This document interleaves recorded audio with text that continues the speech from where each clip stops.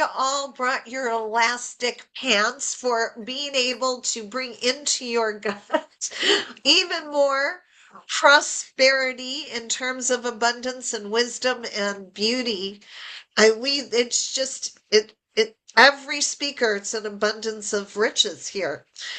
Cynthia Gregory, a two-time international best-selling author, and she's all about love. She publishes the Love Notes anthology series. Drop an L for love in the chat if you know about that series and you know Cynthia. She's also an international coach and speaker. Yep, yeah, there it is. Somebody's going to take a picture of that, please. Love Notes No. from the Soul. Okay, good. International coach and Love speaker it. on the power that happens when you tap into your personal story. Beauty, into your personal storytelling. Because again, storytelling is what it's all about, right? The transformational power of personal storytelling. Now, she wants us to know that she loves her dogs almost as much as reading a good book. That's like her secret. All right, her favorite music is Valerie June, and the gift she has for everyone is an excerpt from her 90-day Love Notes journal. So we all get to have more love in our life from that. But one lucky person is going to get a developmental editorial review of your own book's manuscript. And is it true that's worth $2,200?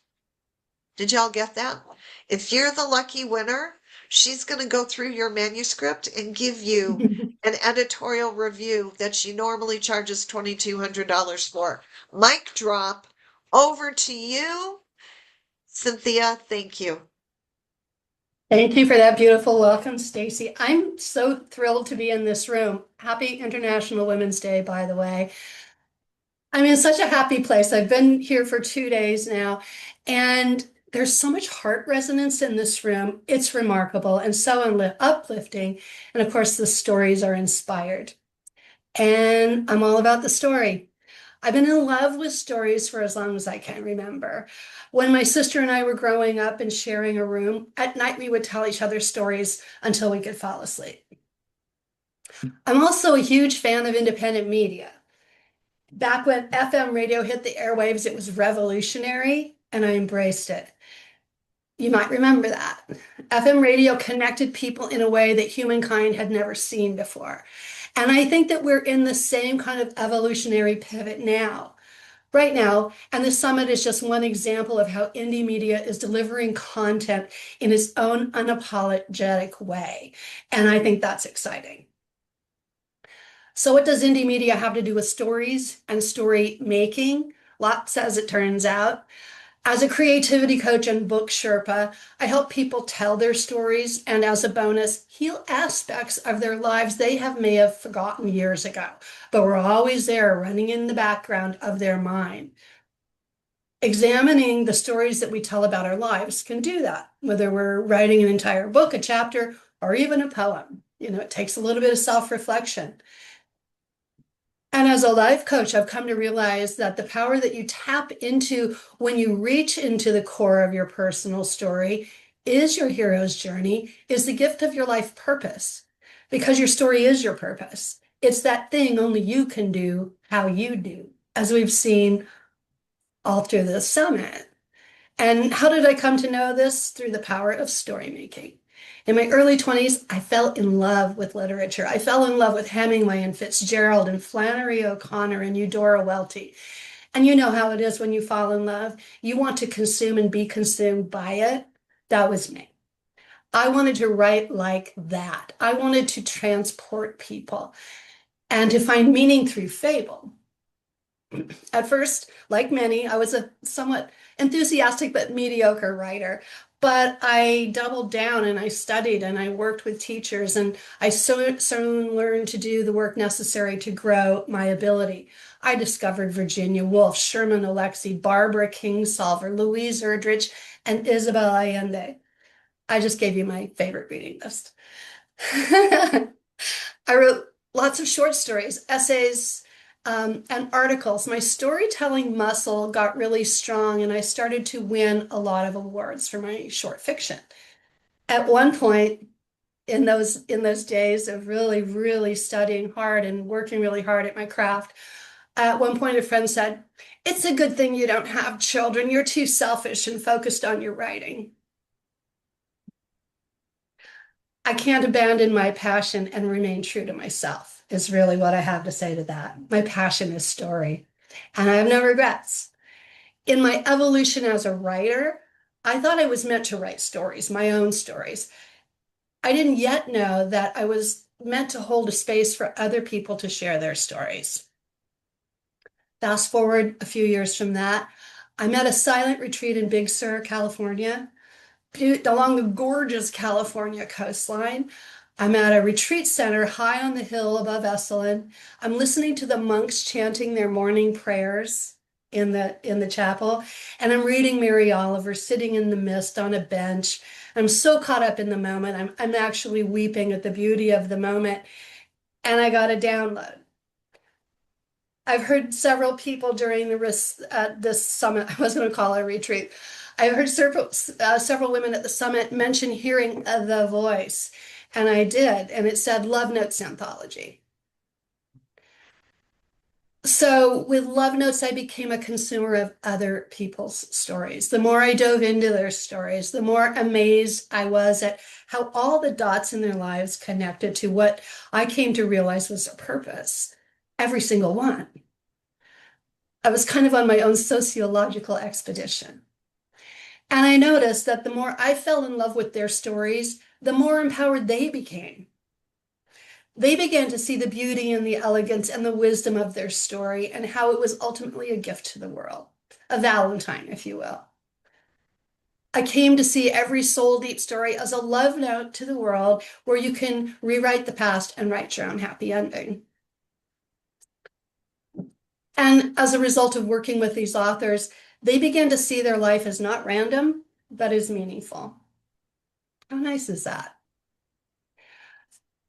When you own your story, this is what I know for sure.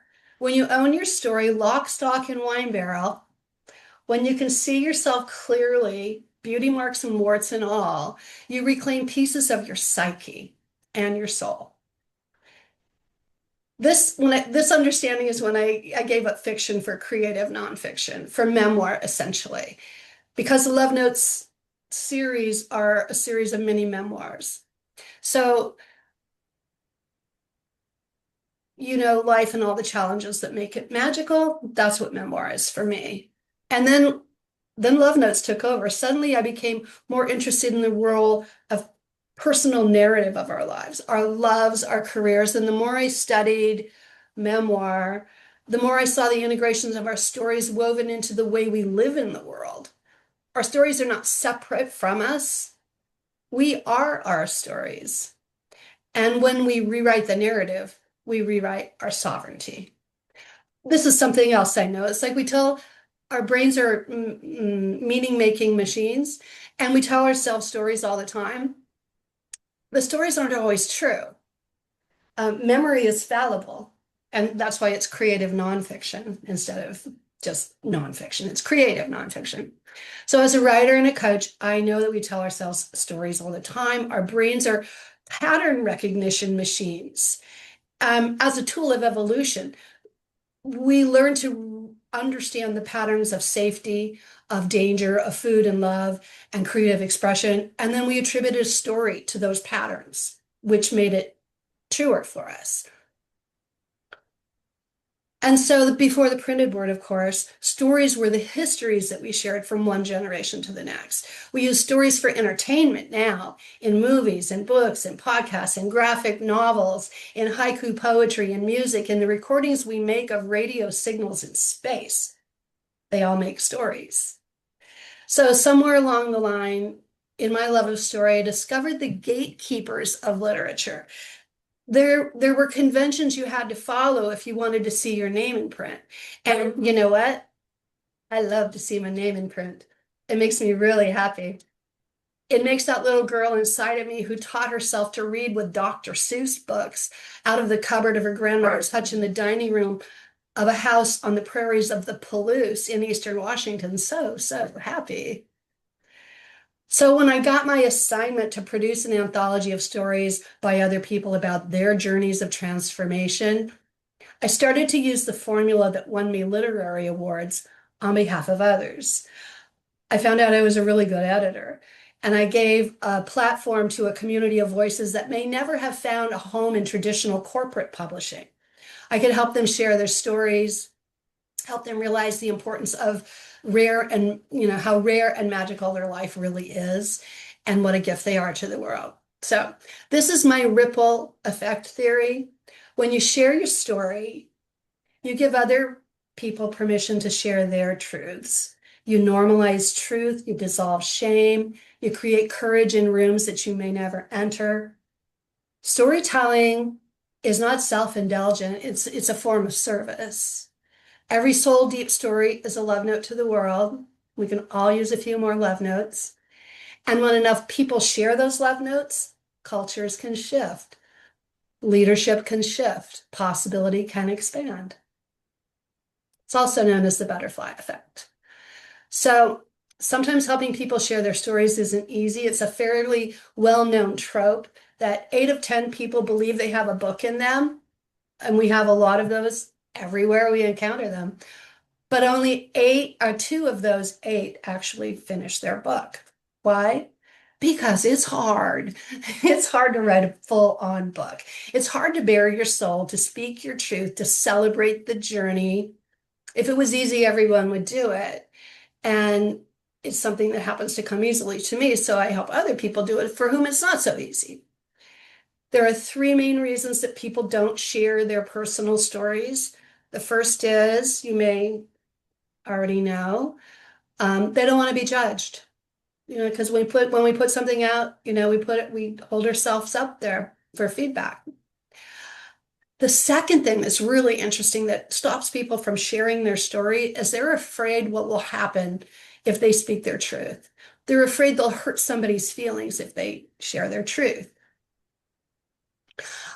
I had an author come to me for the second edition of Love Notes, and she has a chapter called Ferocious Compassion, and she was worried that it might be too controversial for a collective anthology. And I said, no, I welcome the honesty and the humility it takes to hold that paradox between love and boundaries. I love kind of blending genres of storytelling because it's something new and interesting. The third reason that people don't write their memory in particular is they're unwilling to face and reconcile with the past. I'm pretty sure that doesn't apply to people in this room because this is a room full of doers and achievers, and we do tend to take a look at ourselves and see how we can do better. So those are the 3 primary reasons. But I think you have to be honest and vulnerable and compassionate with yourself in 1,000 ways to successfully write your memoir. And not surprisingly, in some ways, I really believe that sharing our stories with the world is a revolutionary act. So just because you write a memoir doesn't mean you have to reveal all your truths. Actually, discretion is the better part of valor in many cases. And as Hemingway said, what you leave out of your story is just as important as what you include, which is really so interesting. People are smart. They can connect all the breadcrumbs of truth that you lay down on the page if you trust that your readers are as smart as you are. I think that's a real key to success in writing. So, what does being an indie publisher and editor mean to me personally? It means welcoming diverse voices. It means offering a home for a variety of perspectives, all of which are valid. As an indie publisher, I'm committed to values-led narratives, of narratives that challenge the status quo, that bend or blend genres to achieve something entirely creatively new. And that to me is exciting because I grew up in traditional media and creating something new just lights me up. In the maiden voyage of Love Notes, we featured stories of transformation. Everyone at some point has lived a life, who has lived a life, will encounter a transformational experience or two or three or 10 that will fundamentally change them. You know, you have a trajectory and whoops, before you know it, you've gone in another direction. It's not so much what happens to you, but what you do with it. And that's the magic, I think, of these stories. Love Notes 1.0 includes a story about a brilliant PhD who ends up in an ICU with a brain swell that could kill her. And then, not even a month later, returns to the same ICU with a vicious snake bite, and only to find that there's more than one way to become the most popular girl in the ICU. So she had a sense of humor about what happened, but nevertheless, it was daunting. We also had stories of two different mothers, both driven by love to express what it means to grieve and negotiate the terms of parenting in circumstances that they never bargained for. I had several people come to me in Love Notes 2.0 and go, "Can I write about grief? I'm really grieving this experience in my life." And grief in so many circles can be taboo. It makes us all uncomfortable if somebody is uncomfortable. And those are the voices that I welcome because I know that the work that they would do to come to terms with their grief would also be healing for them. It's cathartic in ways that are just really astonishing. So Love Notes has taught me a lot. Love Notes 2.0 blew me away. I knew that that book would not be the same and the stakes would be bigger for 2.0 and possibly anything that came beyond. In 2.0, we invited stories of hope and compassion. I asked professionals and community builders that I met along the way what they were doing to create a more just, equitable, and compassionate world. And they didn't let me down. In 2.0, we meet executives who build careers around service to community and mankind. We find teachers who labored for years in school and didn't discover until they got to college that they had severe learning disabilities and they had spent their lifetime thinking they were fundamentally flawed. So our lives change in such remarkable ways. And if we don't share them with other people, we don't give other people the same opportunity to heal. So I created two, Love Notes 1.0 and Love Notes 2.0 came out in 2024 and 2025. It was a lot of work to get two books out in 2 years if you've done it, you know. And in traditional publishing, a book takes 2 or 3 years after the first draft has been completed. And the difference between Mayacamas Press and Random House is one of scale. As an indie publisher, my label, Mayacamas Press, is faster, more agile, and better able to respond quickly. Nevertheless, it takes as long as it takes to produce a book. My first book I wrote in 48 days, which is a story unto itself. My second book took me either 1 year or 25 years, depending on how you measure it. It was during COVID. This was my COVID project. And I took the previously award-winning stories I'd written and combined them with the stories I hadn't published. And I published those as a short story collection called What is Possible from Here. We launched Love Notes 2.0 in November of 2025, and I immediately started getting questions about, is there going to be a Love Notes 3.0? And I know some things. I know that Love Notes from the Soul 3.0 wants to be published. I also know that the stakes are higher this time. We're going to be showcasing voices of change, of innovation, and soul deep leadership. We're in a period of time where we desperately need great and innovative leadership. Love Notes 3.0 is a call to action. It's a demonstration of what soul deep, values led, visionary leadership offers our culture as a whole and to our future leaders in particular. A couple of those were in this room today, too. Love Notes 3.0 is an invitation to innovation, a nudge for those who dare to show up greatly, to do the right thing, to speak for the marginalized, to inspire consciousness as a collective ideal, and one where leadership is a grassroots, bottom-up, relational versus transactional approach to stewarding people and enterprises. We are signing up authors already. So exciting. In fact, we just did a reading, major reading for 2.0, and there was lots of interest. So you'll be hearing more about that from me. But just want to mention that each Love Notes chapter is lovingly curated to align with the Love Notes vision of fostering collaboration. Collaboration was one of the biggest surprises of these books to me. I didn't know what it was like to work with a community of writers, and I found it to be profoundly life-changing. And so Love Notes continues. And in maintaining a commitment to the highest standards, I am so pleased to announce today, in this sacred circle of amazing women on International Women's Day, that none other than the fabulous Deborah Drummond has agreed to write the foreword to Love Notes 3.0. Yeah. Oh, Thank you. she Thank you. could not be more magical. So thank you for that, Deb. That is amazing. Thank you for the ask. That's a huge ask. Yeah. Yeah. That's my love note. That was my love note that day. Oh my God. Yeah. Yeah. We are so forever grateful for that. So Love Notes 3.0 is on its way. And I'm just going to leave you with this. I'm going to wrap it up and say, ask you, what story are you living? And how would you rewrite your circumstances if you owned them fully?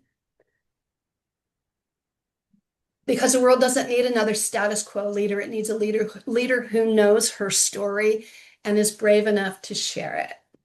Thank you very much. Wow. Breathe that one in. That's where we are. The tide has rose.